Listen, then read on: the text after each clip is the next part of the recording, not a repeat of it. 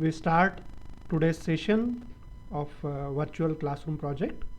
It's a web initiative of Department of Geology, Government VYT PG Autonomous College Durg. And today we have with us Mr. Bhuneshwar Kumar, and he is going to discuss the intricacies of Mines and Mineral Development and Regulation Act 1957. So welcome Bhuneshwar ji, and we would like to learn from you. So Thank you, sir. Thank you. Actually, जो भी सीखा है मैंने college से ही सीखा है, आप तो जान ही रहे हैं, और पढ़ पढ़ के ही और आगे एक्सपीरियंस से मैंने सीखा है। ऐसे चूंकि स्टूडेंट्स के सामने मुझे ये चीज़ प्रेजेंट करना है, तो मैं उन्हीं के लैंग्वेज में बोलना चाहूँगा। Mines and mineral development and regulation 1957 sir. Basically हम इस रूल्स में डिटेल्स में नहीं जाएंगे सर, बस इसका ओवरव्यू अभी इसमें डिस्कस करेंगे। जी बिल्कुल। जो मैंने प्रैक्टिकल एक्सपीरियंस से मैंने सीखा है और जो मैं आपको डिस्क्राइब कर सकता हूँ, बच्चे समझ सकते हैं। ज़रूर। और तो सबसे पहले मैं एक चीज़ जानना चाहूँगा मुनीश्वर जी कि ये हर बार कहा जाता है मिनरल कंसेशन रूल्स, तो कंसेशन शब्द से एक बहुत ही स्वाभाविक सा जो अर्थ निकलता है, कंसेशन का मतलब होता है कि कुछ छूट, है ना। तो ये मिनरल कंसेशन रूल्स क्या है, इससे क्या तात्पर्य होता है, और थोड़ा सा आप प्लीज़ इसके बारे में हम सबको बताइए। जी sir, basically mineral concession rules के बारे में अगर बात करें तो as per MCDR act, as per MCDR और MMDR एक्ट और जितने भी तरह के एक मिनरल्स को विन करने के लिए जो हम एक्टिविटीज़ करते हैं, मीन्स जैसे हम स्टार्टिंग में रिकॉग्नाइज परमिट लेते हैं, सेकेंडली अगर बात करें तो प्रॉस्पेक्टिंग लाइसेंस लेते हैं, उसके बाद में लास्ट हम माइनिंग लीज लेते हैं। तो ये जो तीन तरह के जो कंसेशंस है, ये तीनों को बोला जाता है मिनरल कंसेशंस। अच्छा, क्योंकि ये जो शब्द है काफ़ी एक लॉफुल वर्ड में आता है, मिनरल कंसेशन रूल्स के MC बोल देते हैं। ये एक्चुअली अपने आप में एक बहुत बड़ा सब्जेक्ट है ये। तो अगर मिनरल कंसेशन रूल्स के बारे में बात करेंगे तो हम किसी भी मिनरल्स का अगर हम इनिशियल स्टेज में कुछ इंफॉर्मेशन ले रहे हैं, मीन्स इन्वेस्टिगेशन कर रहे हैं, जैसे रिकॉग्नाइज परमिट एक बड़े स्केल पे हम काम करेंगे, उसके लिए गवर्नमेंट ने एज पर एक्ट अगर ग्रांट किया, RP एक्ट बोलते हैं, RP रिकॉग्नाइज परमिट ग्रांट किया, तो वो कंसेशन में काउंट होता है। अगर हम प्रॉस्पेक्टिंग लाइसेंस ले रहे हैं तो वो कंसेशन में काउंट होता है। अगर प्रॉस्पेक्टिंग होने के बाद में मिनरलाइज जोन हमको जब पता चल गया, उसके बाद हमने बाउंड्री डिमार्केट करके जब उसको माइनिंग के लिए एप्लीकेशन लगाते हैं, तो वो माइनिंग लीज कहलाता है। तो ये जो तीन तरह से जो बताया, वो मिनरल कंसेशंस के अंतर्गत आते हैं सर। जी अभी इसमें एक चीज और जुड़ चुका है, क्योंकि ये तो पहले से मिनरल कंसेशंस चल ही रहा है, कंपोजिट लाइसेंस। कंपोजिट लाइसेंस में कुछ कुछ मिनरल्स के ऐसे हैं जहाँ पे डिटेल में इन्वेस्टिगेशंस नहीं हुए हैं, और गवर्नमेंट चाहती है कि भाई जिस लीजे को हम दे वो प्रॉस्पेक्टिंग करके माइनिंग लीज भी उसका ले ले, तो वो जो एक साथ लाइसेंस जो दे रहे हैं उसको कंपोजिट लाइसेंस, तो ये भी मिनरल कंसेशन के अंदर में आता है। बहुत अच्छा, अब एकदम स्पष्ट है। तो इसके अंदर रिकॉग्निशन परमिट भी आ रहा है, प्रॉस्पेक्टिंग लाइसेंस भी आ रहा है, और माइनिंग लीज के लिए जो परमिट है वो भी इसके अंतर्गत आ रहा है। ये सबका सम टोटल जो है, इसके जो लीगल एस्पेक्ट्स हैं वो सब मिनरल कंसेशन रूल्स के अंतर्गत आते हैं। चलिए, अच्छी बात है। तो आज जो चीज़ आप हम लोगों को सिखाने वाले हैं, MMDRA 1957, तो उसके बारे में कुछ हम जानना चाहेंगे कि इससे क्या तात्पर्य है और इसमें क्या विशेष बातें, इसके क्या सैलिएंट फीचर्स हैं, प्लीज़। मैं सबसे पहले तो ये बोलना चाहूँगा कि जितने भी एक्ट होते हैं, रूल्स होते हैं, रेगुलेशंस होते हैं, सभी कानूनी भाषा में होते हैं, लॉफुल लैंग्वेजेस होते हैं, जो काफ़ी काफ़ी लोगों को समझ में आती भी नहीं है। लेकिन जब आप एक्सपीरियंस में जाएँगे, थोड़ा उस चीज़ का प्रैक्टिकली आप इम्प्लीमेंटेशन अगर देखेंगे और पढ़ेंगे, तो कहीं न कहीं पे वो धीरे से हमें समझ में आता है।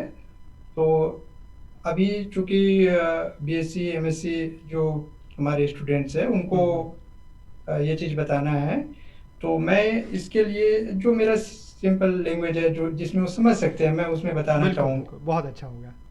जी, इसमें हम हमेशा बात करते हैं सीरियल नंबर्स करके, सीरियल नंबर 1, 2, 3, 4, 5। अच्छा। तो ये जो MMDRA, mines and mineral development regulation act 1957, ये एक्चुअली 1957 में फर्स्ट टाइम बना। उसके बाद में पार्लियामेंट ने अप्रूव किया और गजट नोटिफिकेशन के साथ में ये रूल्स एक्ट के रूप में आया। ये सभी का एक अगर बात किया जाए तो मदर पार्ट है, जिसमें सारे रूल्स रेगुलेशंस के बारे में इसमें दिया हुआ है। इसी से ही सारा जो रेगुलेशंस है, चाहे एमसीडीआर हो, चाहे एमएमआर हो, चाहे ME mineral evidence in mineral content rule हो 2015 का, या मिनरल ऑक्शन रूल हो, सारे इसी से ही डिराइव होते हुए चले गए हैं और समय के साथ में डिराइव होते हुए चले जाते हैं। अच्छा। तो इसका बेसिक मैं नॉलेज देना चाहूँगा, क्योंकि बिल्कुल। बाकी में इसका डिटेल्स इसमें मिलेगा। जी, अ, इसमें जैसे मैंने आपको बताया कि ये सेक्शंस जो होते हैं,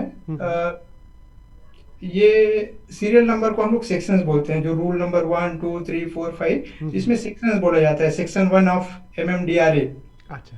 तो सेक्शन 1 ऑफ एमएमडीआरए स्टार्टिंग इसमें होता है short title, extent and commencement.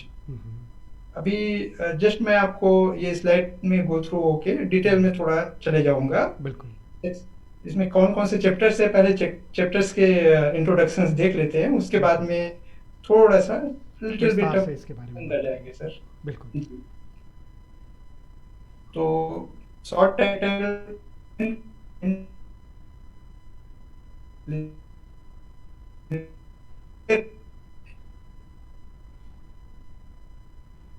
Definitions, इस रूल्स में जितने भी यूज होने वाले जो वर्ड्स है, उसके बारे में डेफिनेशंस दिए हुए हैं, ताकि रूल्स पढ़ने के बाद में हम जियोलॉजी में काफ़ी सारे नेमिंग्स अलग अलग पढ़ते हैं, लेकिन ज़रूरी नहीं है कि जो जियोलॉजी में पढ़ें वही इसका मीनिंग इस रूल के अंदर में हो। वो रूल्स इस एक्ट के अंदर में जो डेफिनेशन में जो वर्ड लिखा हुआ है, that will be apply under this act मतलब एमएमडीआर। लीगल टर्मिनोलॉजी के हिसाब से इसमें उन टर्म्स का मीनिंग जो है वो इन डेफिनेशंस के अंतर्गत वो दिया हुआ है सर, वो डेफिनेशन काउंटर में है। और एक चीज और अच्छी चीज मैं इसमें बताना चाहूंगा, आप कोई भी रूल्स या रेगुलेशन या एक्ट की बुक अगर निकालेंगे, डाउनलोड करेंगे, तो फर्स्ट में जो चैप्टर्स रहेंगे, ये तीन चीज तो लगभग रहेंगे ही रहेंगे। ये तीन चीज तो रहेंगे ही रहेंगे। इसको आप पढ़ करके फिर आप आगे बढ़ सकते हैं। हाँ, मतलब एक सामान्य आदमी को पहले ये 3 चीज़ें समझना बहुत ज़रूरी है, उसके यस सर। बाद में वो उस रूल को या एक्ट को अच्छे से एप्रिशिएट कर पाएँगे। जी हाँ। जी जी, बिल्कुल सर। जैसे वो प्रीलिमिनरी चैप्टर्स का था, वो 3 पार्ट में, वैसे यहाँ पे general restriction on undertaking prospecting and mining operations के बारे में सेक्शंस आए हुए हैं। सेक्शन 4 से स्टार्ट होता है, प्रॉस्पेक्टिंग और mining operation to be under licence और लीज। लाइसेंस जो वर्ड यूज किया है प्रॉस्पेक्टिंग के लिए यूज किया है, प्रॉस्पेक्टिंग लाइसेंस हम लोग लेते हैं, और माइनिंग ऑपरेशंस के लिए माइनिंग लीज लेते हैं। अब यहाँ पे 4A एक पार्ट आप देख रहे हैं, टर्मिनेशन ऑफ प्रॉस्पेक्टिंग लाइसेंस और माइनिंग लीजेस। तो यहाँ पे 4 लिखा था और यहाँ पे 4A लिखा है। 4A इसलिए लिखा हुआ है क्योंकि सेक्शन 4 जब बना उस समय 4A की जरूरत नहीं थी। समय के साथ में जब जरूरत आई तो 4A को इंसर्ट कर दिया गया। अच्छा, तो मतलब इसलिए ये एक वहाँ तरह पे से amendment हुआ, अमेंडमेंट हुआ है एक तरह से। Yes sir. हाँ। तो उससे इस चीज के बारे में पता चलता है। तो देन सेक्शन 5 में restriction on the grant of prospecting licence और माइनिंग लीसेस, जब भी हमको कुछ पीएल या ML, PL means prospecting licence, ML means mining leases, PL या एमएल मैं वर्ड यूज करूंगा यहाँ पे। और रिकनेंस परमिट को आरपी हम लोग बोलते हैं, आरपी। तो जब वो ग्रांट होता है तो उसमें क्या क्या रिस्ट्रिक्शंस होना है, इसके बारे में इस चैप्टर में सेक्शन में डिस्कस किया गया है। इसके बाद maximum area for which prospecting licence और माइनिंग लीज होगा, उसका मैक्सिमम एरिया कितना हो सकता है। पीरियड्स के बारे में इन्होंने बोला है, ग्रांटिंग पीरियड और रिन्यूअल पीरियड। और इसके इसके बाद में अगर हम बात करें तो ये सारे के सारे टाइम टू टाइम जो अमेंडमेंट्स आते रहे हैं। 8 के बाद में 8A हो गया, 9 royalties in respect of mining लीजेस। एक बार जब माइनिंग लीज लेने के बाद में माइनिंग एक्टिविटीज स्टार्ट हो जाती है, तो जो हम मिनरल्स निकालते हैं बाहर, तो बाहर निकाल के उसको प्रोसेस करके, प्रोसेस मीन्स उसको क्रशिंग स्क्रीनिंग करके एक पर्टिकुलर साइज में लेके जब हम मार्केट में सप्लाई करते हैं, तो सप्लाई करने से पहले, लीज बाउंड्री से बाहर से जाने से पहले आपको एक परमिशन लेना पड़ता है as per this particular act, MMDRA 1957।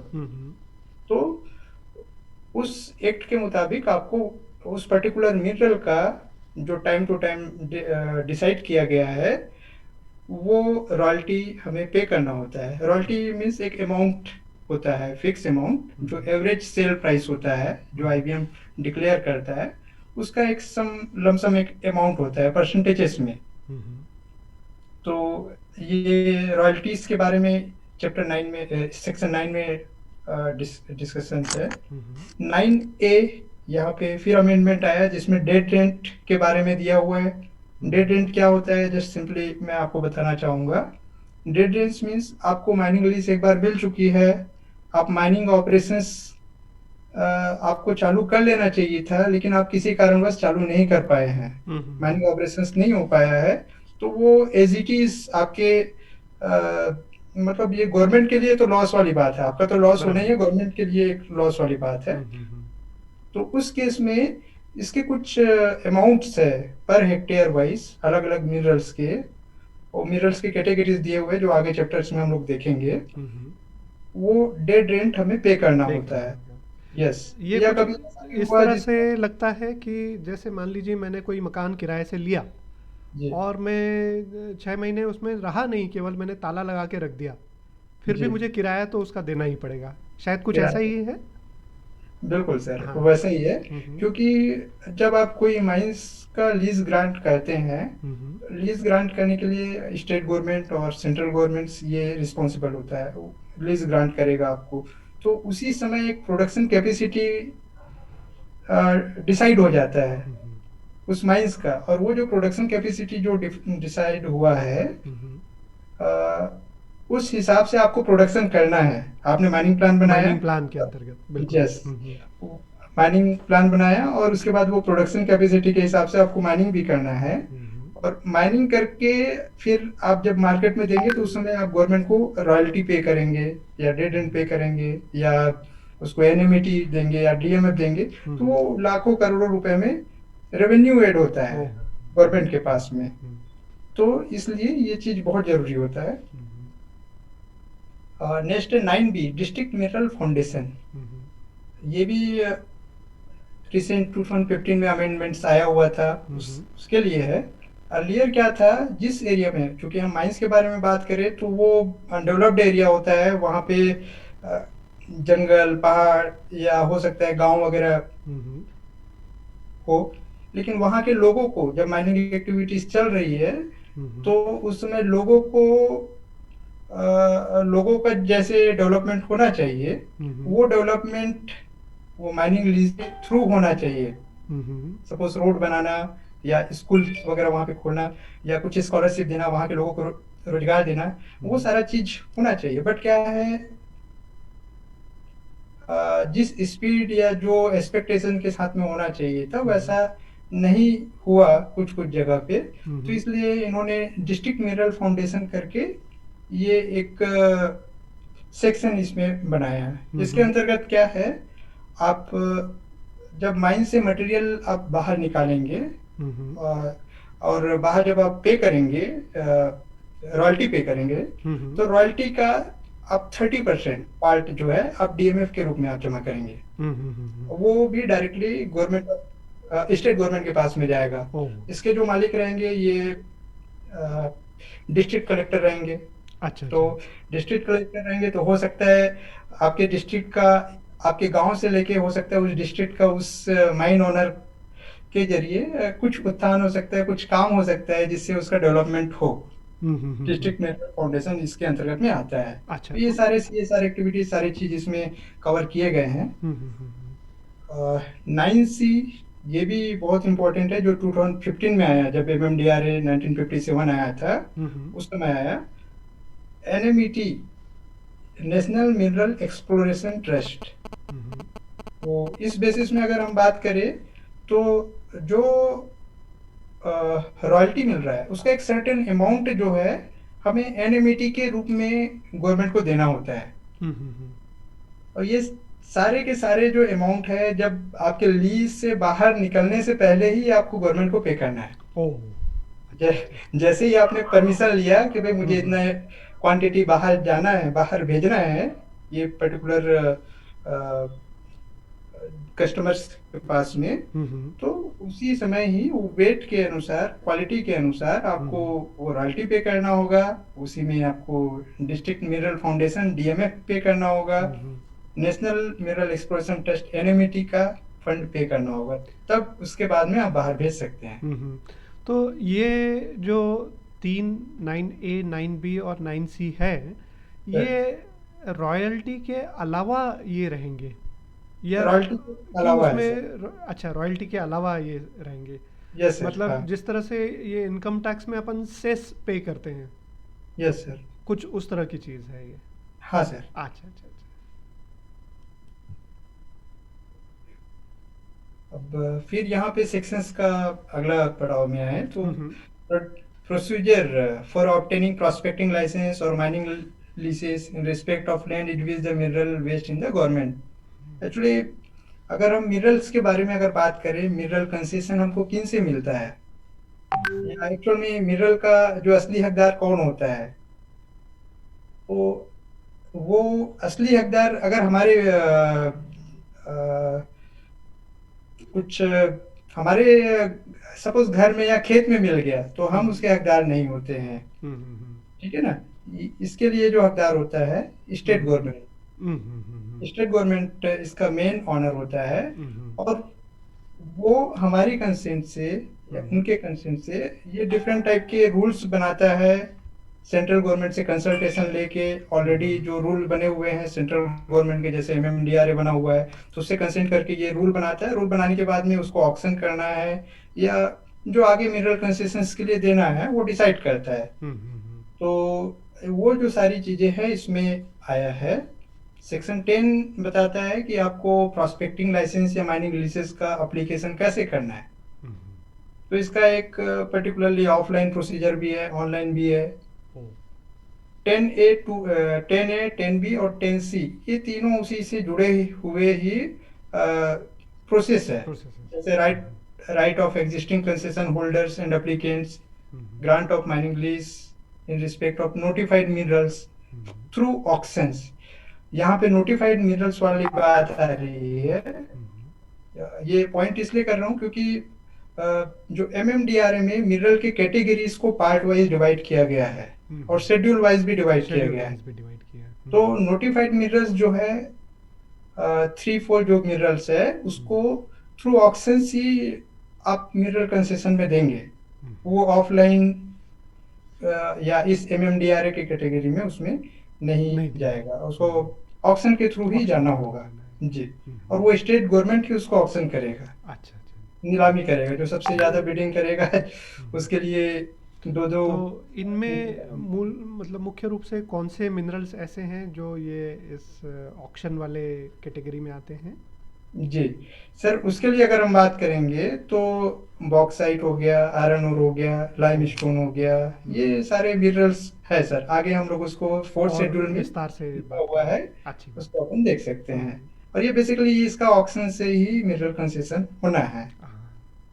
इसी से आपका प्रोस्पेक्टिंग लाइसेंस भी आपको लेना है, माइनिंग लीज भी इसी से ही लेना है ऑप्शन के थ्रू, और ये कंपोजिट आरपी के लिए भी इसी से ही जाना है।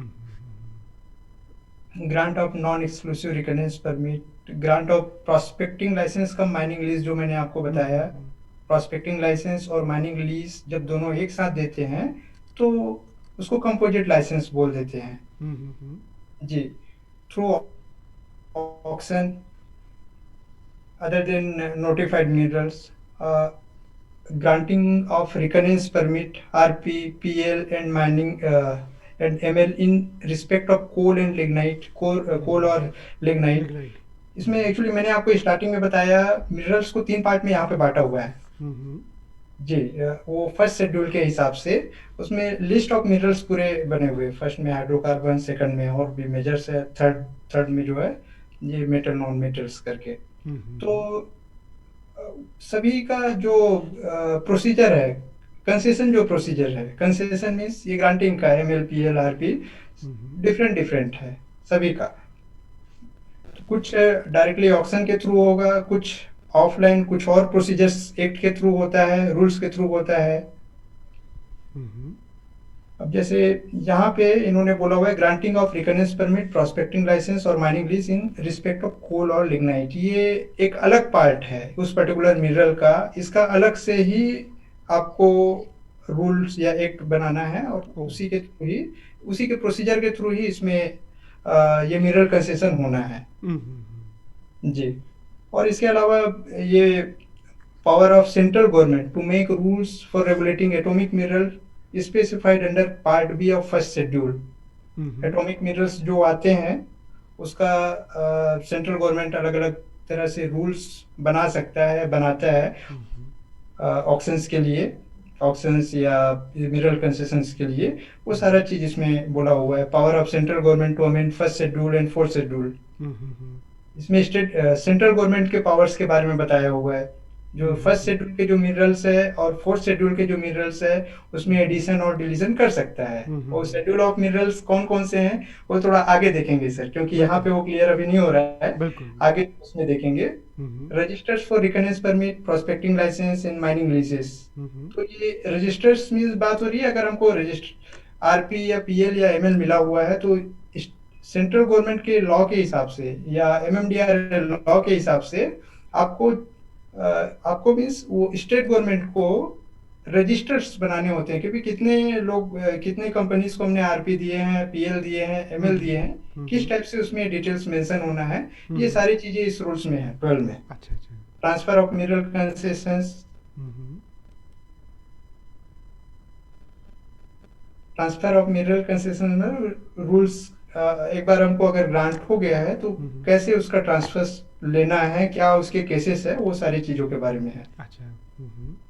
इस चैप्टर में rules for regulating the grant of RP, PL and ML means यहाँ पे बात हो रही है जो सेंट्रल गवर्नमेंट जब एक बार मिनरल कंसेशन दे रहा है, तीनों को कंपोजिटली मैं मिनरल कंसेशन वर्ड यूज कर दे रहा हूँ आरपी, पीएल और एमएल के लिए, तो उसके लिए जो भी रूल्स और रेगुलेशंस जो बनाना है वो ये सारे आगे वाले सेक्शंस में कवर है। 13, 13A, 14 है ना, 15, 15A, 16, ये सारे चीजों में इसमें कवर्ड है। Power of central government to make rules in respect of minerals. Actually sir इसमें अगर बात करेंगे तो केवल रूल्स लिखा हुआ है, इसी से ही डिराइव होके बाकी और भी रूल्स बने हुए। Yes, MCDR, mineral conservation and development rules, mineral concession rule 1961, MEMC rule, mineral evidence and mineral content rule. तो ये जो सारे रूल्स है इसी से ही डिराइव होके बने हुए हैं। तो ये एक तरह से नींव है, बेस है, जिसके ऊपर बाकी सारा मिनरल लेजिस्लेशन आधारित है, कुछ इस तरह से। यस सर, श्योर सर, बिल्कुल आपने सही कहा, ये उसका एक नींव है और इसी को लेकर ही आप कभी भी मैंने जो अभी रूल्स के बारे में बताया, MCDR rules, MCR rules, MEMC rules, mines auction rules जिसको, तो ये सारे रूल्स को जब ओपन करेंगे तो उसमें फर्स्ट में ही लिखा रहेगा एज पर या अकॉर्डिंग टू MMDRA 1957, तो सेक्शन नंबर ये है ना, ये रूल्स को हमने फॉर्म किया हुआ है। अब उस रूल्स में उसका डिटेल्स आपको मिल जाएगा। तो ये सारे चीजें उसमें है, ये और डिटेल में नहीं जाऊंगा, ठीक है। अगला जब रूल्स देखेंगे तो उसमें समझ में आ जाएगा सर। जरूर। Special power of central government to undertake prospecting mining operations in certain cases. Central government के पास में अलग अलग पावर्स होते हैं सर, जो कुछ एरियाज है उसको वो नोटिफाई करके रखा हुआ है या सेपरेट करके, जहाँ पे केवल और केवल किनका मतलब माइनिंग या आरपी जो मिनरल कंसेशन किनका होना चाहिए वो डिसाइड वहाँ पे करते हैं। तो कुछ वो रखे हुए हैं, उसके अलावा और भी डिफरेंट रूल बनाते हैं, reservation of areas for purpose of conservation, ये सारा चीज उसी से ही डिराइव्ड है। Development of minerals, mineral development power to authorise geological survey of India etcetera to make investigation, ये बहुत इंपॉर्टेंट एक चैप्टर है डेवलपमेंट ऑफ मिनरल्स। इसी के अकॉर्डिंगली हम माइनिंग प्लान बनाते हैं, माइनिंग प्लान बनाते हैं। जब एमएल एक बार हमें मिल गया है, माइनिंग लीज मिल गया है, तो उस केसेस में हम जो मिनरल का जो डेवलपमेंट करेंगे, मींस माइंस से जो मिनरल्स निकालेंगे, तो वो जो प्रोसीजर्स है वो इस एक्ट के थ्रू आता है और इसी एक्ट से ही एमसीडीआर डिराइव हुआ है, mineral conservation and development rule. हम लोग माइनिंग प्लान उससे भी बनाते हैं और इससे भी बनाते हैं। तो ये है सर। और मिसलेनियस में उससे जो भी छूटे हुए जो पॉइंट्स है, इसमें ऑफेंसेस बाय कंपनीज और power to search, central government के पावर्स, उसमें डिफरेंट डिफरेंट टॉपिक्स में दिए हुए हैं। इलीगल माइनिंग अगर कर रहे हैं तो उसके लिए क्या रूल्स होना चाहिए, किसी ने अगर इलीगल माइनिंग किया, ट्रांसपोर्टेशन अगर कर रहे हैं मिनरल ट्रांसपोर्टेशन, तो हर एक चीज के लिए एक रूल्स बना हुआ है। सपोज हम सैंड माइनिंग के बारे में बात करें या लाइमस्टोन माइंस जो छोटे छोटे क्वेरीज वाली अगर बात करें, तो हर चीज के लिए अगर वो माइनर मिनरल है तो माइनर मिनरल का एक रूल बना हुआ है। उस रूल के तहत हम लोग ये आगे वर्क करते हैं। तो 23C अगर देख रहे हैं तो इसमें स्पेशली लिखा है power of state government to make rules for prevailing illegal mining, transportation in storage of minerals. जैसे हर एक स्टेट में, स्टेट जो डीएमजी होता है, directorate of mines and geology, और आईबीएम, वो फुली ऑथराइज होते हैं इस चीज के लिए। वो रॉयल्टी भी इश्यू करते हैं और मिनरल कंसेशंस के अनुसार ये लोग काम कर रहे हैं या नहीं कर रहे हैं, वो सारा चीज वो डिटेल में जानकारी लेते हैं, उनके पास परमिशन है या नहीं है सब चेक करते हैं। तो उसके लिए रूल्स बना हुआ है। तो power of entry and inspection means government अगर आपके कंसेशन एरिया में आ रहा है तो उसके पावर्स के बारे में इसमें डिटेल्स लिखा हुआ है। Right and liabilities of a holder of PL and ML, अगर आप पीएलएमएल होल्डर हैं, prospecting licence mining lease holders, तो आपके ऊपर में क्या क्या आपका राइट्स है और लिएबिलिटीज क्या क्या चीजें हैं जो अगले लोगों को, चाहे स्टेट गवर्नमेंट का हो, सेंट्रल गवर्नमेंट का हो, या वो कोई एकेडमिक का हो या कोई रिसर्च टीम हो, वो सारी चीजों के बारे में इसमें डिटेल्स दिया हुआ है सर। ये मिसलेनियस में डाला हुआ है क्योंकि बहुत सारे इसमें पॉइंट्स है। Recovery of certain sum in arrears, ये delegation of powers, delegation central government ने बनाया है तो डेलीगेशन ऑफ पावर्स में स्टेट गवर्नमेंट भी आ जाता है और स्टेट गवर्नमेंट पे पावर दे देता है डिस्ट्रिक्ट एडमिनिस्ट्रेशन को। तो इस तरह से एक अपर लेवल से लेके डाउन बिलो तक का वो मॉनिटरिंग होता है। ये पर्टिकुलरली मिनरल्स के बारे में ही बात हो रही है। Protection of action taken in good faith, rules and notification to be laid before parliament, है ना, certain rules to be approved by, means कोई भी रूल्स रेगुलेशंस अगर बन रहा है या अमेंडमेंट हो रहा है तो वो पार्लियामेंट के थ्रू ही होके आता है। जैसे 4A देखे, यहाँ पे 30A देखे, तो वो उसी सेक्शन में ही सब सेक्शन के रूप में या एडिशनल सेक्शन के रूप में उसमें आ जाता है। Constitution special courts, special court to have powers of court of session, relaxation of rules in special cases, है ना, रिपील एंड सेविंग्स। तो ये बहुत सारे मिसलेनियस पॉइंट्स है जो और भी डिटेल्स में किए जा सकते हैं। बट अभी जो जानकारी वाली जो बात है स्टूडेंट्स को बताने के लिए बात, तो बेसिकली इसका जो मेन खांचा है, जैसे स्टार्टिंग से ही हम लोग बात कर रहे थे शेड्यूल का, हम्म, first schedule, second schedule, third schedule और फोर्थ शेड्यूल। फर्स्ट शेड्यूल में स्पेसिफाइड मिनरल्स दिया है। स्पेसिफाइड मिनरल्स में थ्री पार्ट्स में बांटा गया है मिनरल्स को, वो आगे हम लोग देखेंगे। सेकंड शेड्यूल के बारे में बात करेंगे, रेट ऑफ रॉयल्टी। तो इसमें डिफरेंट टाइप के जो मिनरल्स है उसमें रेट ऑफ रॉयल्टीज क्या क्या रहेंगे, कैसे उसका कैलकुलेशंस होगा और किस तरह से वो पेमेंट होगा, वो सारा इसमें दिया हुआ है। थर्ड शेड्यूल, इसमें डेड रेंट लिखा है, रेट ऑफ डेड रेंट।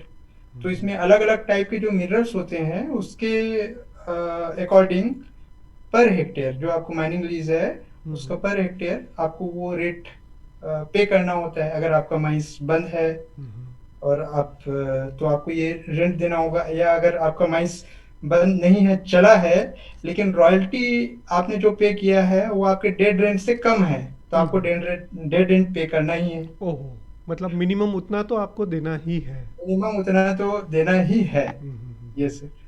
तो वो रेट ऑफ डेड रेंट ये थर्ड शेड्यूल के अनुसार आता है। और ये फोर्थ शेड्यूल जो है 2015 में जुड़ा, नोटिफाइड मिरर्स जो ऑक्शंस के लिए डायरेक्टली रेडी रहता है। तो आगे इसका लिस्ट है। हाँ, अब जैसे मैंने स्टार्टिंग में ही बताया, ये छोटे छोटे जो पॉइंट्स मैंने इसलिए इसमें इंसर्ट किए हैं क्योंकि कुछ कुछ चीज़ें कॉमन है हर एक एक्ट में, रूल्स में, रेगुलेशंस में। जैसे मैंने बताया short title, extent and commencement. तो ये जो पर्टिकुलर एक्ट है इसको एमएमडीआर एक्ट 1957 बोलते हैं। इसका एक्सटेंड है ऑल ओवर इंडिया में ये होगा। और ये कब से फोर्स में आया, कमेंसमेंट कब हुआ, स्टार्टिंग कब हुआ, ये on such date of central government, है ना, जिस दिन गजट, ऑफिशियल गजट नोटिफिकेशन आया उसी दिन से ये एक्ट लागू हुआ है। एक्चुअली ये जो पार्ट है ये हर एक रूल्स रेगुलेशंस में इस टाइप से मिलेंगे, तो पढ़ने में शायद आसानी होगी। बहुत बढ़िया। डिक्लेरेशन वाली अगर बात करें, declaration to the expediency of union control, तो यहाँ पे एक पब्लिक इंटरेस्ट के लिए एक डिक्लेरेशन इसमें दिया हुआ है। Under its control, the regulation of mines and the development of minerals to the extent hereafter provided। तो बेसिकली इस देखिए ये भी एक छोटी से लाइन में पूरे इस एक्ट को इसने लिख दिया है। आप समझ सकते हैं इसमें क्या दिया हुआ है। अब इसके लिए डिस्क्रिप्शन अगर देंगे बोलेंगे तो वो पूरा एक्ट जो अभी इसका चैप्टर्स हमने पढ़े हैं वो सारा चीज को पढ़ना पड़ेगा जी। अकॉर्डिंगली इसी के अनुसार ही हमको आगे मिरर कंसेशंस देना है, मिरर विनिंग करना है। डेफिनेशंस, डेफिनेशंस के बारे में बात करें, लीज एरिया, तो सर नीचे का इसमें कुछ मैंने दिया हुआ था। एक मिनट, हाँ, back page sir, back last slide और लास्ट, हाँ सर इसके बाद वाला है, हाँ ये इसी में ही ओपन कर दीजिए। Okay sir. तो अगर हम मिनरल कंसेशन डेफिनेशंस के बारे में अगर बात करें तो जो माइनिंग लीज एरिया होता है means area specified in mining lease with in which mining operation can be undertaken. मतलब जो माइनिंग लीज जो दिया गया है, जिस एरिया में आपको माइनिंग करना है वो एरिया को आपको एज ए लीज एरिया दिया हुआ है।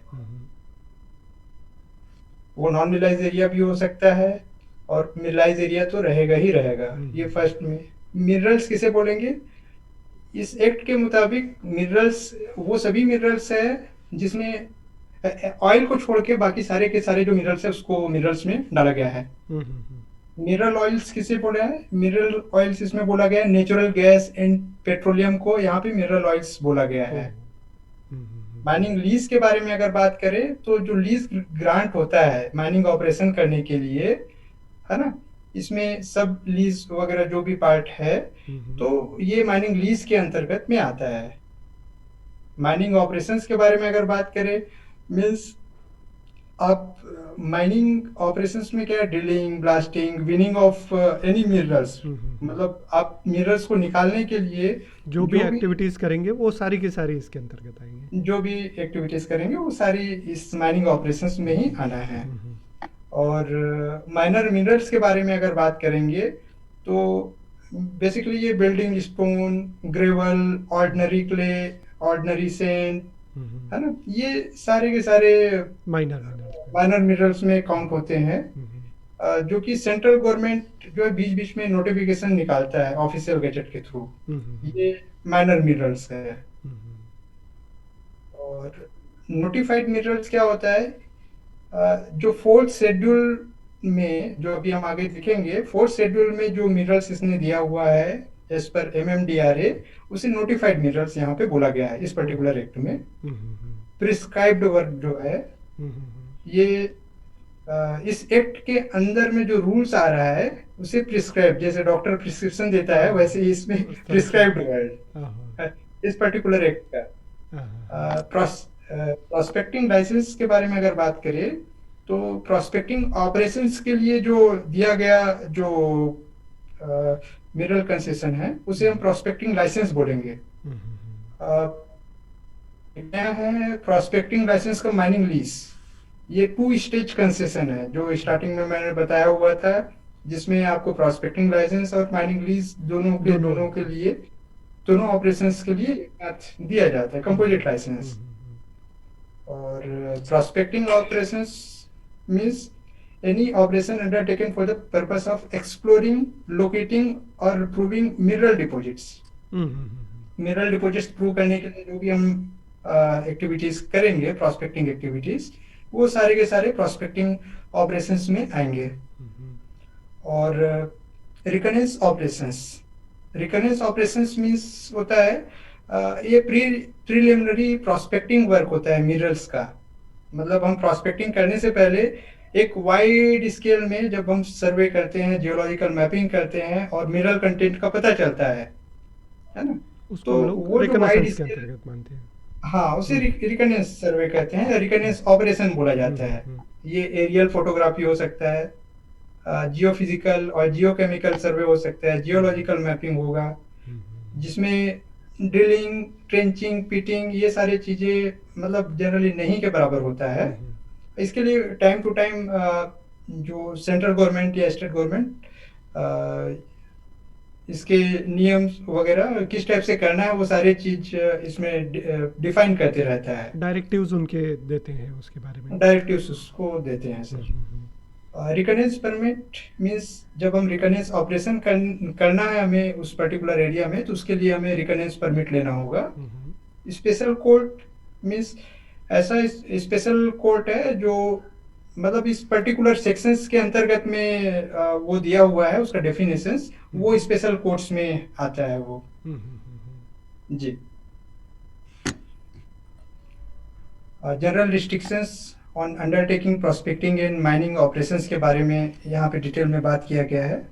तो इसमें सीधी सी बात ये बोला गया है सर, डिटेल में मैं इसमें नहीं जा रहा हूँ, इसमें बोला गया है कि जो भी हमें PL, ML या RPA ऑपरेशंस होना है वो as per particular act rules ही होना है, ये फॉलो करना है। ये इसका सारांश, इसको आप इसका सारांश है। बहुत बढ़िया जी। प्रोस्पेक्टिंग और mining operations to be under licence और लीज, इसमें ये सारे डिटेल्स इसमें दिया हुआ है। बेसिकली अगर हम एक चीज और इसमें इंक्लूड करना चाहते हैं कि अगर ML में अगर जाना चाह रहे हैं, माइनिंग लीज में जाना चाह रहे हैं, यहाँ पे एक और डिस्कशन का पॉइंट है, माइनिंग लीज के लिए अगर हम जाना चाह रहे हैं, माइनिंग ऑपरेशन करना चाह रहे हैं, तो उसके लिए हमें प्रोस्पेक्टिंग करना ही पड़ेगा। तो प्रोस्पेक्टिंग का एक लेवल होता है, G1 level, G2 level, G3 level.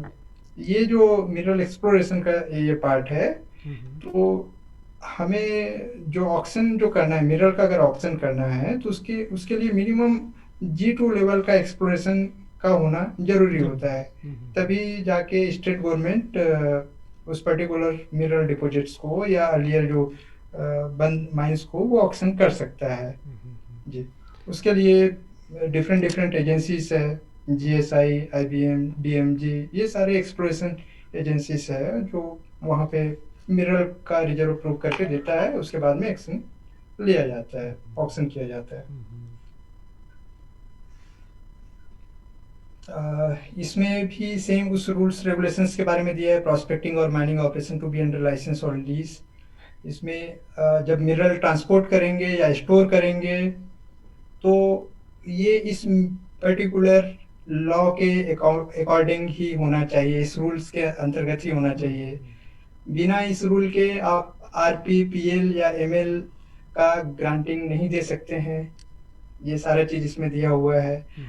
बिना मतलब प्रायर कंसल्टेशन से स्टेट गवर्नमेंट, है ना, सेंट्रल गवर्नमेंट से कंसल्ट करके ही रूल के अकॉर्डिंग ही वो आगे ये ग्रांट करेगा मिनरल के लिए, चाहे फर्स्ट शेड्यूल के लिए हो या किसी और भी शेड्यूल के लिए हो। जी, मिनरल कंसेशंस के बारे में जो बात कर रहे हैं, तो इसमें एग्जांपल्स में कुछ दिया हुआ है। टर्मिनेशन ऑफ प्रोस्पेक्टिंग लाइसेंस और माइनिंग लीसेस।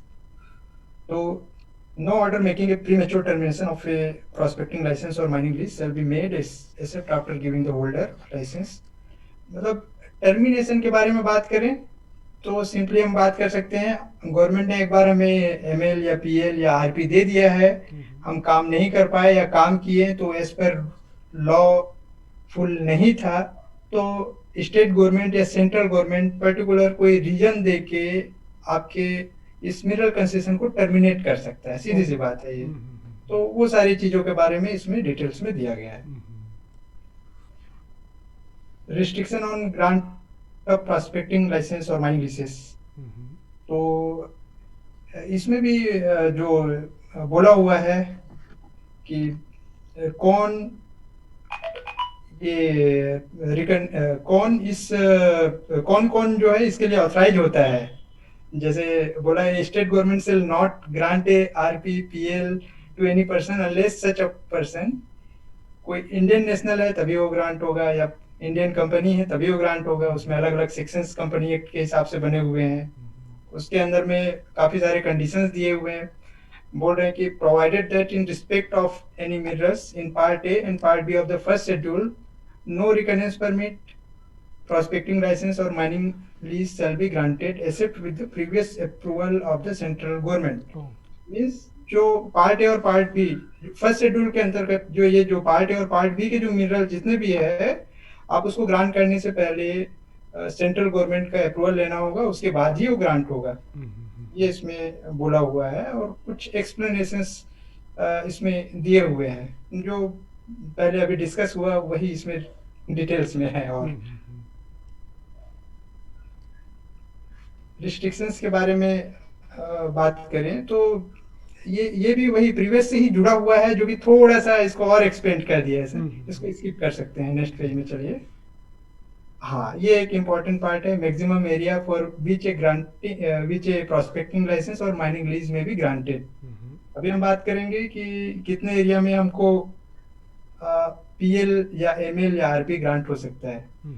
तो यहाँ पे 6A सेक्शन नंबर 6 का ए जो पोर्शन बता रहा है, वन और मोर एक या एक से ज्यादा जो प्रोस्पेक्टिंग लाइसेंस है, total cover maximum 25 square kilometre, मतलब 25 स्क्वायर किलोमीटर में 2500 हेक्टेयर्स से ज्यादा नहीं हो सकता है। सपोज मैं एक कंपनी है मेरी और मेरे पास में 10 ठो माइंस है और 10 माइंस है, 10 माइंस मीन्स 10 मुझे पीएल मिला हुआ है, प्रोस्पेक्टिंग लाइसेंस मिला हुआ है। तो 10 माइंस का अगर मैं मिला रहा हूँ तो 2500 हेक्टेयर्स या 25 स्क्वायर किलोमीटर्स एरिया अगर है, तब मैं उसमें काम कर सकता हूँ। अगर उससे थोड़ा सा भी 1 हेक्टेयर भी अगर ज्यादा होगा सपोज, तो उस केस में वो मुझे प्रोस्पेक्टिंग लाइसेंस नहीं देगा। तो मतलब ये एक मैक्सिमम एरिया है। आप चाहे 1 माइंस ले या 10 माइंस ले या 20 माइंस ले, टोटल एरिया आपका मैक्सिमम, हाँ ये कैपिंग है सर, इससे ज्यादा दे ही नहीं सकता है। सेम रिकनेंस परमिट के लिए है, इसमें टोटल 10,000 स्क्वायर किलोमीटर्स इसमें डिसाइड किया गया है। Provided that the area granted under a single reconnaissance permit shall not exceed 5,000 square kilometres. ये बहुत ही अच्छा एक लाइन लिख दिया है। आपका एक सिंगल जो रिकनेंस परमिट एरिया है, ये 5,000 स्क्वायर किलोमीटर से बड़ा नहीं होना चाहिए, क्योंकि वो ऑलरेडी एक बहुत बड़ा एरिया है। अब 10,000 स्क्वायर किलोमीटर के बारे में बात करेंगे तो बहुत बड़ा वाइड एरिया हो जाता है। लेकिन आपको कम से कम यहाँ पे 2 या 3 या जैसा भी है, मिनिमम या मैक्सिमम आप 5,000 स्क्वायर किलोमीटर तक का ही आप एक आर आरपी ले सकते हैं, और मैक्सिमम आपका जितना रहेगा वो 10,000 तक, 10,000 स्क्वायर किलोमीटर तक का ही आप ले सकते हैं। ये कैलकुलेटिव है, और मतलब किसी से हमको पूछने की भी जरूरत नहीं है जी। कई लोग हमेशा पूछते हैं कि भाई ये इनके 10 ठो माइंस है, इतने सारे माइंस कैसे चला ले रहे हैं, 25 ठो माइंस है कैसे चला ले रहे हैं। लेकिन उनको जानकारी होना चाहिए भाई मेरा जो एरिया है ये एज पर MMDRA टोटल इतने एरिया से कम है, इसीलिए उनका 10 टू 20 माइंस है एक कंपनी के हिसाब से। यहाँ पे बात हो रही है 6B में, 1 और मोर माइनिंग लीसेस, एक या एक से जो ज्यादा माइनिंग लीसेस है, ये मोर देन 10 स्क्वायर किलोमीटर से ज्यादा नहीं होना चाहिए। अगर हो रहा है सपोज, तो provided that if the central government is of the opinion that in the interest of the development of any mineral और इंडस्ट्री, ये कुछ पर्टिकुलर एक रीजन देके उस पर्टिकुलर जो एरिया है उसको वो बढ़ा सकता है 10 square kilometres. 10 square kilometres mean 1,000 hectare. तो अगर देखिए कई बार ऐसा होता है कि आपका लीज एरिया छोटा सा है, लेकिन उसके जस्ट साइड में लीज के बाहर में भी मटेरियल है, डिपॉजिट है, वो कंटिन्यूटी में आया है। अब आप उसको 10,000 स्क्वायर किलोमीटर से थोड़ा सा ज़्यादा होता है, अगर उसको कवर करते हैं तो उसके लिए रीजनेबल जो एक रीजंस दे करके जो स्टेट गवर्नमेंट या सेंट्रल गवर्नमेंट वो डिसीजन ले सकता है कि भाई इसको थोड़ा सा बढ़ा के देने से हम ये पूरे मिनरल को हम निकाल सकते हैं, तो वो थोड़ा बढ़ भी सकता है। तो वो परमिशन गवर्नमेंट दे देती है अगर इस तरह से एप्लीकेशन लगाई जाए, और उसका जो भी प्रॉपर एक तरीका होता होगा। हाँ यस सर। तो उस केस में यहाँ पे वो गवर्नमेंट पहले सोचती है, देखती है वहाँ पे मिनरल पोटेंशियल क्या है, वो सारे डिटेल्स एज पर रूल जो उनको सही लगता है वो आगे करके ग्रांट करती है। Any reconnaissance permit, mining lease और mining prospecting licence in respect of any area which is not compact और कंटेजियस के बारे में बोला हुआ है।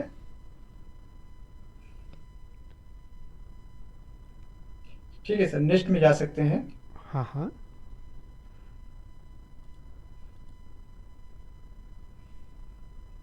अच्छा, पिछली बार जो बात की हम लोगों ने एरिया के बारे में बात की, अब अपन टाइम के बारे में बात करने जा रहे हैं मतलब। Yes sir. हाँ इसमें आरपी या पीएल के बारे में बात हुआ है। इसका पीरियड फॉर आरपी रिकनेंस परमिट और पीएल जो हमें मिलेगा मैक्सिमम 3 इयर्स तक का हो सकता है। मैक्सिमम 3 इयर्स तक का ही हमें मिलेगा। 3 साल के अंदर में ही हमें पूरा एक्सप्लोरेशन करके अपना रिपोर्ट सबमिट करना होगा, और उसके लिए अलग अलग फॉर्मेट और रूल्स बने हुए हैं किस टाइप से है, क्वार्टरली देना है, मंथली देना है, ईयरली देना है। और a prospecting license shall, if the central state government is satisfied that a longer period is required to enable the licensee to complete prospecting operations, be renewed for such period of or periods is that government may satisfy। आप इसको बिल्कुल समझ गए होंगे। जहाँ पे लगता है कि ये एरिया में बहुत ज़्यादा टाइम लगने वाला है, तो रीजनेबल एक रीजंस देके इसको आगे एक्सटेंड किया जा सकता है, रिन्यू किया जा सकता है, provided that the total period for which a prospecting licence is granted does not exceed 5 years. Means आपको 3 साल के बाद में 2 साल और एक्स्ट्रा दे सकता है, तो 3 और 2 5 साल तक आपको मिल सकता है। तो ये बोल रहा है provided further that no prospecting licence granted in respect of a mineral included in part A and part B, hydrocarbon and atomic minerals के बारे में कोई प्रोस्पेक्टिंग लाइसेंस नहीं देगा। The first schedule shall be renewed except with the previous approval of the central government. बिना central government के approval से ये नहीं दिया जाएगा। जी। तो इसमें मतलब रिकॉग्निशन परमिट या प्रोस्पेक्टिंग लाइसेंस के लिए 3 साल का समय दिया जाता है, जी। और उस समय को 2 साल और एक्सटेंड किया जा सकता है, वो भी एप्लीकेशन देने के बाद में गवर्नमेंट उसको 2 साल और एक्सटेंड कर सकती है। Yes sir. और रेडियो एक्टिव मिनरल और हाइड्रोकार्बन्स, इनके लिए सेंट्रल गवर्नमेंट से परमिशन लेना ज़रूरी यस सर। है ना? हाँ। Yes sir. हाँ, अभी द प्रोविजन ऑफ दिस, अभी 8(1), the provision of this section shall apply to minerals specified in part A of the first schedule. The maximum period for mining lease, अभी mining lease के maximum period के बारे में बात कर रहे हैं, ये 30 ईयर से ज़्यादा नहीं होना है। हम्म। और जब इसे provided at the minimum period for विच, ये तो मैक्सिमम पीरियड 30 ईयर्स था, 30 ईयर्स। लेकिन इसमें मिनिमम पीरियड्स वाली जो बात आ रही है, shall not be less than 20 years. ओ, 20 कम नहीं होना है, 30 साल से ज़्यादा नहीं होना है। मतलब ऐसा नहीं हो सकता कि कोई 2 साल के लिए माइनिंग लीज ले ले और फिर कंप्लीट करके चला जाए, या 5 साल के लिए ले ले चल जाएगा? कम से कम नहीं। 20 साल उसको लीज लेना ही पड़ेगी। हाँ यस सर, 20 साल लेना होगा। हम्म। अर्लियर क्या हो रहा था सर, जब माइंस ऑक्शन में नहीं आ रहे थे, ऑफलाइन प्रोसीजर्स में जब माइनिंग लीज मिलता था, उस समय 30 ईयर्स के लिए लीज दिया जाता था। और जैसे 30 ईयर्स खत्म होने वाला है, तो 29th ईयर में ही ये लोग रिन्यूअल ऑफ माइनिंग लीज का एप्लीकेशन लगाते थे। ओ। तो जब रिन्यूअल ऑफ माइनिंग लीज जब एप्लीकेशन लगाते हैं, तो अगेन स्टेट गवर्नमेंट उसे 20 ईयर्स के लिए ग्रांट कर देता है, सम कंडीशंस को देख। ओह। तो फिर ये 20 ईयर्स कंटिन्यू चलता जाएगा। फिर ये हम्म। 20 ईयर्स जैसे खत्म होने वाला है, तो उस समय 18th या 19th ईयर्स में फिर अगेन ये रिन्यूअल ऑफ माइनिंग लीज का एप्लीकेशन लगाएगा सेकंड रिन्यूअल के लिए, हम्म। अगेन वो 20 ईयर्स के लिए देगा। तो इस तरह से 30 ईयर्स पहले दिया, फिर सेकंड में 20 ईयर्स दिया, फिर उसके बाद और मिनरल्स बचा है उसके में, तो फिर 20 ईयर्स दिया। ये सारी चीजें कंटिन्यू में चल रहा था। तो इसलिए इसमें लिखा है नॉट एक्सीडिंग 20 ईयर्स आरएमएल के लिए। हाँ हाँ हाँ।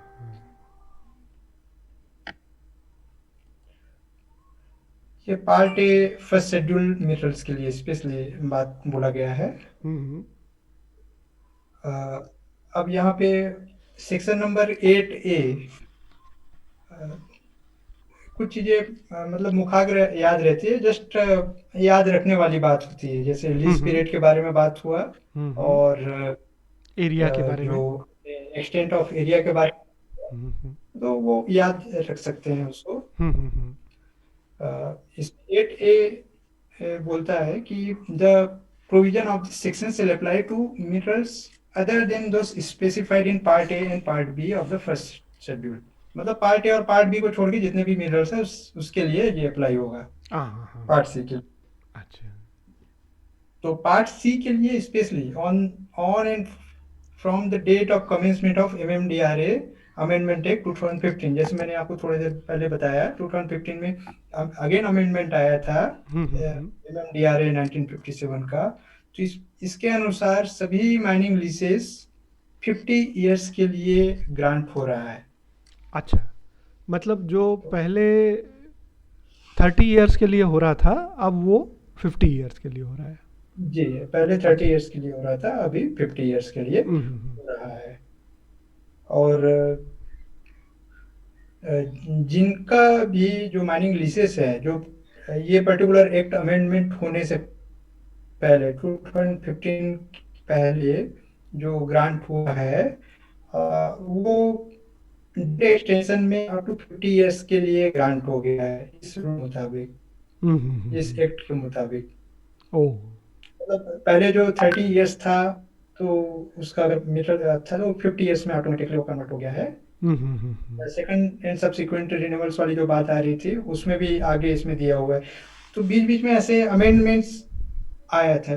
मेजर चेंजेस है इस 1957 एमएमडीआरए 1957 का जो एक्ट है, इसमें 2015 में मेजर चेंजेस आया। मेजर चेंजेस में जो चेंजेस है, पहला तो है नोटिफाइड मिनरल्स, अलग से एक शेड्यूल बना, फोर्थ शेड्यूल करके।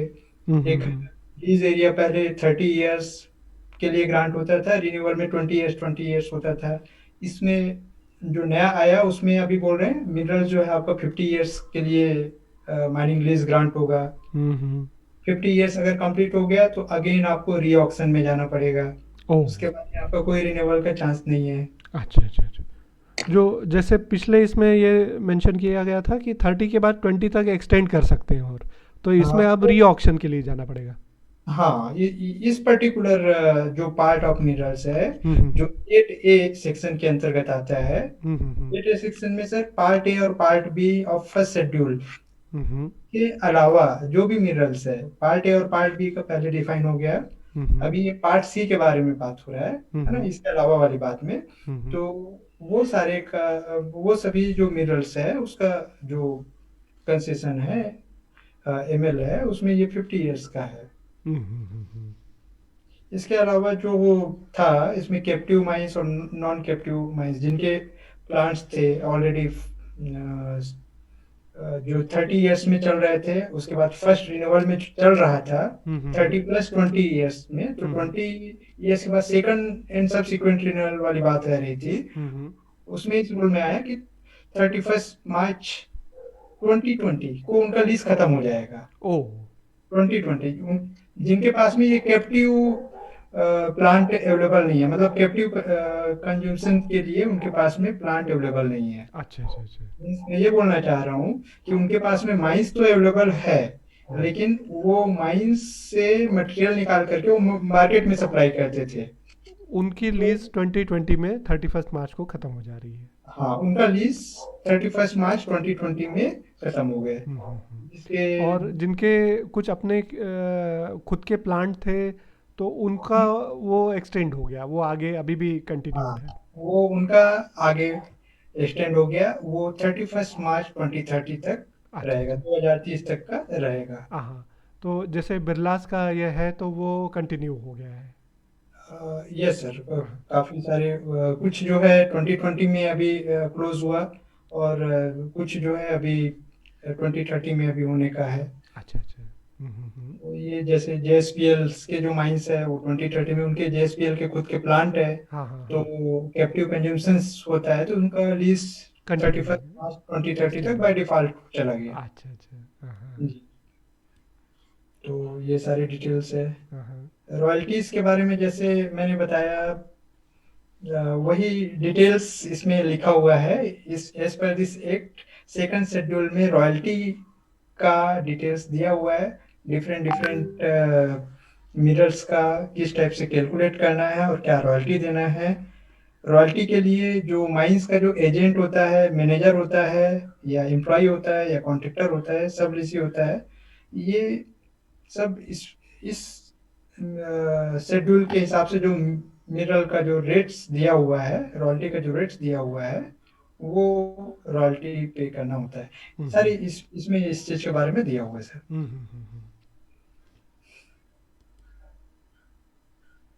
डेड रेंट्स मैंने जैसे बताया, थर्ड शेड्यूल में ये दिया हुआ है डेड रेंट। इसमें एक्चुअली जो है पूरे लॉफुल टर्मिनोलॉजी दिए हुए हैं, सिंप्लीफाइड नहीं है। सिंपली जो मैंने बताया वो इसमें आप कर सकते हैं। ये थर्ड शेड्यूल के लिए है। अच्छा। नेक्स्ट कीजिए। डिस्ट्रिक्ट मिनरल फाउंडेशंस, इसके लिए भी मैंने अभी जस्ट ऑलरेडी डिस्क्राइब कर लिया था। जो अगर सीएसआर के लिए जो फंड है वो ये डिस्ट्रिक्ट मिनरल फाउंडेशन से उनको दिया जाता है। हाँ ये मतलब। हाँ, इसमें कुछ लाइंस मैं इसमें हाईलाइट कर दे रहा हूँ सर। हाँ इन हाँ। Any district affected by mining related problems, the state government shall by notification or establish a trust as a non-profit body to be called the District Mineral Foundation। आप समझ गए होंगे इससे। बिल्कुल। The object of the DMF shall be to work for the interest and benefit of person and areas affected by mining related operations in such manner as may be prescribed by the state government। हम्म। ये सारे चीज़ों को ध्यान में रख के वहाँ के लोगों के जो लिविंग स्टैंडर्ड्स है, और जो जो भी उनके जो भौतिक मूलभूत चीज़ें हैं वो सबको देख करके ये डीएमएफ लागू किया गया है। ये 2015 में आया था DMF, district mineral foundation. 2015 amendments में ये आया है, जिसके तहत आपको इसमें नीचे में लिखा हुआ है 5 में 9B5 में देखेंगे, the holder of a mining lease और ए प्रॉस्पेक्टिंग लाइसेंस का mining lease granted on after the date of commencement of MMDRA 2015 shall in addition to the royalty के साथ रॉयल्टी के बाद में pay to the district mineral foundation of the district in which the mining operations are carried on an amount which is equivalent to such percentage of the royalty paid in terms of the second schedule. Royalty के बारे में second schedule में दिया हुआ है, not exceed 1/3 of such royalty as may be prescribed by the state government. जैसे मैंने आपको बताया, सीधा यहाँ पे कैलकुलेशन है, जो रॉयल्टी होता है, रॉयल्टी का 30% जो पार्ट है वो पे किया जाता है, पे कर रहे हैं।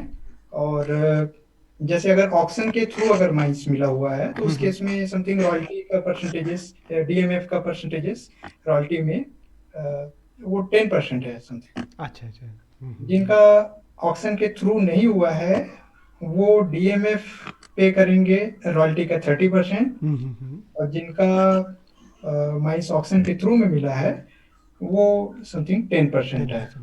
यस, तो ये ऑक्शन के थ्रू मिलने के कुछ बेनिफिट्स है। NMET central government by notification establish a trust as a non profit body to be called the national mineral exploration trust.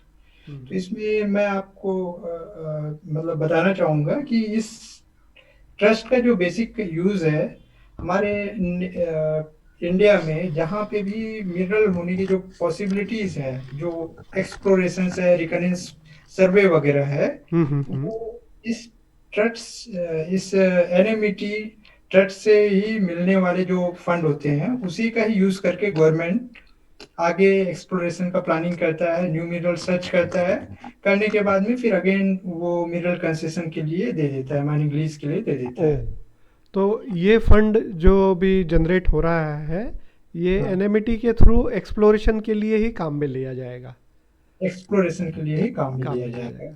बहुत सुंदर, बहुत बढ़िया। जिसका मतलब यूज स्टेट बीएमजी भी करता है एक्सप्लोरेशन के लिए, हाँ, आईबीएम भी कर सकता है, एमईसीएल भी कर सकता है और जीएसआई भी कर सकता है। वो स्टेट गवर्नमेंट और सेंट्रल गवर्नमेंट वो डिसाइड करते हैं कि भाई कौन से एक्सप्लोरेशन एजेंसी के जरिए इस फंड का यूज करना है। इसमें बोला गया है कि the holder of a mining lease और prospecting license cum mining lease shall pay to the trust a sum equivalent to 2% of the royalty paid in terms of the second schedule. Means हम जो royalty पे कर रहे हैं तो royalty का 2% जो पार्ट रहेगा एनएमईटी में जाना है, नेशनल मिनरल ट्रस्ट में जाना है, एक्सप्लोरेशन ट्रस्ट में। बहुत जी। अब यहाँ पे फिर वही चीजें रिपीट हो रही है जो मैंने बताया, procedure for obtaining prospecting licence और mining leases in respect of land in which the mineral vest in the government. इसमें बोला है कि कभी भी जब एक एप्लीकेशन जब लॉन्च करेंगे, चाहे आरपी या पीएल या एमएल के लिए, तो उसका एक पर्टिकुलर स्टेट गवर्नमेंट के थ्रू प्रिस्क्राइब फी होता है, वो पे करना होगा। फी करने के बाद में वो एक्नॉलेजमेंट रिसिप्ट देगा, उसके बाद में स्टेट गवर्नमेंट डिसीजन लेता है एक्ट और रूल्स के हिसाब से कि भाई इसे ग्रांट करना है या रिफ्यूज करना है। ये सारी चीजें इस 10(1)(2)(3) में दिया हुआ है section. Rights for existing concession holders and applicants. तो ये प्रीवियस जो डाटास जो मैंने अभी तक से जो बताया है वो सारी चीजें इसमें कवर्ड है सर। इसको स्किप करके आगे बढ़ सकते हैं, क्योंकि बेसिक चीजों में अभी चल रहे हैं, इसमें अगर जाएंगे तो हो सकता है कंफ्यूजन हो। जहाँ पे हमने अभी बात बोला 4 शेड्यूल में डिवाइडेड है। फर्स्ट शेड्यूल तो अभी हमने जो देखा, जस्ट यहाँ पे ब्रैकेट में लिखा हुआ है सी सेक्शन नंबर 4 का सब सेक्शन 3, 4 ब्रैकेट में 3, that is sub section 3 5172 means ये फर्स्ट शेड्यूल से रिलेटेड जहां जहां पर भी मार्क किया गया है उसको यहाँ पे दिया गया है। ये पढ़ने का तरीका है सर। हाँ हाँ हाँ। तो वहाँ पे स्पेसिफाइड मिनरल्स के बारे में बोला गया है। हम्म स्पेसिफाइड मिनरल्स को 3 पार्ट में डिवाइड किया है। हम्म फर्स्ट पार्ट में hydrocarbon energy minerals, second part में एटॉमिक मिनरल्स और थर्ड पार्ट में metallic and non metallic minerals. हम्म। ये 3 पार्ट्स में है। नेक्स्ट स्लाइड में हम पार्ट वाइज हम देखेंगे। जैसे hydrocarbon energy minerals part A में आ रहा है, तो उसमें कोल एंड लिग्नाइट को फर्स्ट शेड्यूल में डाला है एज पर MMDRA। हम्म एटॉमिक मिनरल्स में beryl and other beryllium bearing minerals, lithium bearing minerals, mineral of the RRE, rare earth group containing uranium and thorium, hmm niobium mineral bearing minerals, phosphorites and other phosphatic ore containing uranium, hmm pitch blende and other uranium ores, titanium bearing minerals and ores, ilmenite, rutile, leucoxene, tantalum bearing minerals, uraniferous ellenite, monazite and other uranium thorium minerals. Actually ये जो list है इसमें पूरे atomic minerals का details दिया हुआ है, part A और हम्म पार्ट बी। हम्म इसके इसका जो मिनरल कंसेशन के बारे में हमने पढ़ा था, उसमें 30 years देता है फर्स्ट माइनिंग में। उसके बाद फिर रिन्यूअल के बारे में भी उसमें कुछ पॉइंट लिखा हुआ है, किस टाइप से इसका ग्रांट होना है, वो पार्ट ए और पार्ट बी में कवर हम्म। होता है सर। ये सारे मिनरल्स का जो कंसेशंस है उसमें था। अभी हाँ। पार्ट सी का नेक्स्ट स्लाइड में है। पार्ट सी बेसिकली डिवाइड किया गया है metallic and non metallic minerals. हम्म तो अभी हमने जो जस्ट थोड़े देर पहले जो अभी देखे थे, उसमें जिन बोला गया कि 50 years वाली जो बात है माइनिंग लीज का, हम्म अगर हमें माइनिंग लीज मिलेगा तो वो 50 years में asbestos, bauxite, chrome ore, copper, gold, iron ore, lead, omitted. यहाँ पे 8 नंबर जो पार्ट है ओमिटेड मीन्स यहाँ पे जो मिनरल्स था उसको ओमिट कर दिया गया हटा है, दिया गया है इसमें से। उसको हटा दिया गया है। हम्म मैग्नीज और प्रीशियस स्टोन, जिंक, ये सारे के सारे जो है metallic and non metallic minerals में काउंट किए हैं। हम्म इसका वहाँ अंदर में डिस्क्रिप्शन के रूप में दिया गया है। हम्म वो फर्स्ट शेड्यूल था, यहाँ पे सेकंड शेड्यूल के बारे में लिखा है। हम्म रेट ऑफ रॉयल्टी, इसमें मैंने केवल एक ही मिनरल का लिया है, वहाँ पे तो लिस्ट ऑफ मिनरल्स दिए हुए हैं। हम्म जैसे एग्जांपल ऑफ आयरन ओर के बारे में अगर बात करेंगे, हम्म। तो आयरन ओर को की रॉयल्टी कैसे काउंट होता है मैं आपको इसमें बताना चाहूंगा। हाँ हाँ। इसमें CLO लिखा हुआ है। CLO का फुल फॉर्म होता है कैलिब्रेटेड लंपी ओर। ओ। मीन्स एक लंपी ओर रहेगा, हम्म लंप के साइज का। हम्म कैलिब्रेटेड रहेगा, कैलिब्रेटेड मीन्स एक साइज रेंजेस रहेगा, जैसे 5 to 18 mm, 5-18 mm बोलते हैं। हम्म। 5 mm से 18 mm के बीच का ही साइज रहेगा, that is calibrated lumpy lumpy ore. और ओ। लंपी फॉर्म में रहेगा। हम्म और लम्प्स, हम्म लम्प्स का डेफिनेशन ये है, जो +10 mm साइज का जो भी मटेरियल्स रहेगा that is considered as lumps. ओ। Fines and concentrates, all grades. Fines के बारे में अगर बात करेंगे तो -10 mm जो साइज है, -10 mm जो आयरन ओर का जो साइज है, उसे फाइंस में कंसीडर करते हैं। अच्छा अच्छा। जी।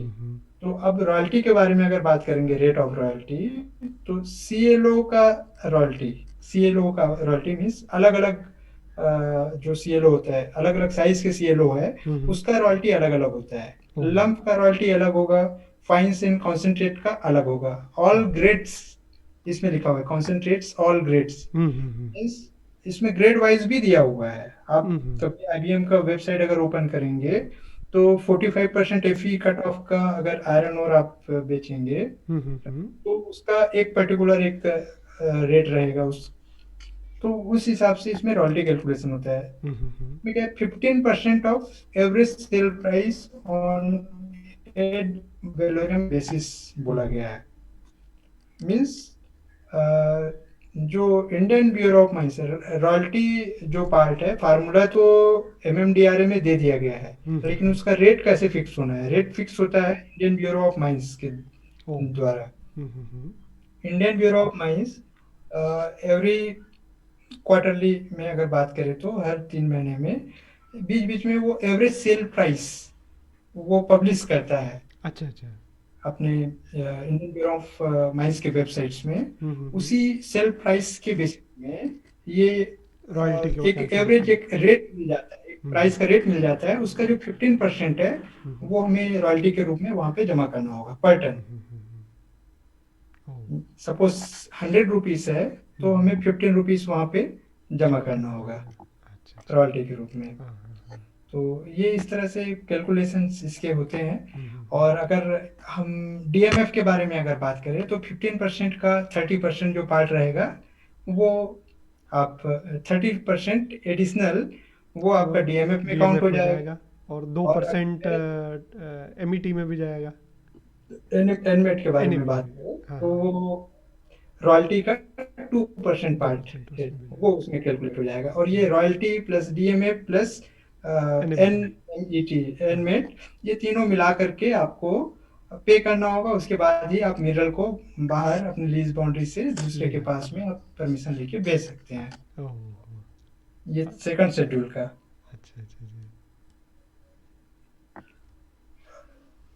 थर्ड शेड्यूल के बारे में जैसे मैंने बताया था, डेड रेंट। हम्म। तो रेट ऑफ डेड रेंट यहाँ पे लिखा हुआ है। डेड रेंट के बारे में सर मैंने बताया था, शायद अभी रिकॉल कर सकते हैं इस चीज के बिल्कुल। बारे में। अगर आपका माइंस ऑपरेशन में है हम्म। और रॉयल्टी आप पे कर रहे हैं तो आपको तो डेड रेंट की जरूरत नहीं होगी। लेकिन अगर आपका माइंस रेंट में ऑपरेशन में नहीं है तो उस केस में आपको डेड रेंट पे करना पड़ता है। हम्म। या कुछ पर्टिकुलर टाइम के लिए चला और बंद हो गया और रॉयल्टी आपने पे किया और डेड रेंट के अमाउंट से कम है तो आपको डेड रेंट पे करना ही करना है। हम्म।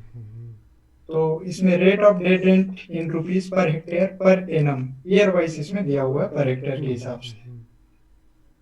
तो medium value minerals, high value minerals और प्रीशियस मेटल एंड स्टोन्स सभी का कितना गुना करना है वो भी दिया है। जैसे ओह। 2 times the rate specified at paragraph 1 above in case of lease granted for medium value minerals. Hmm.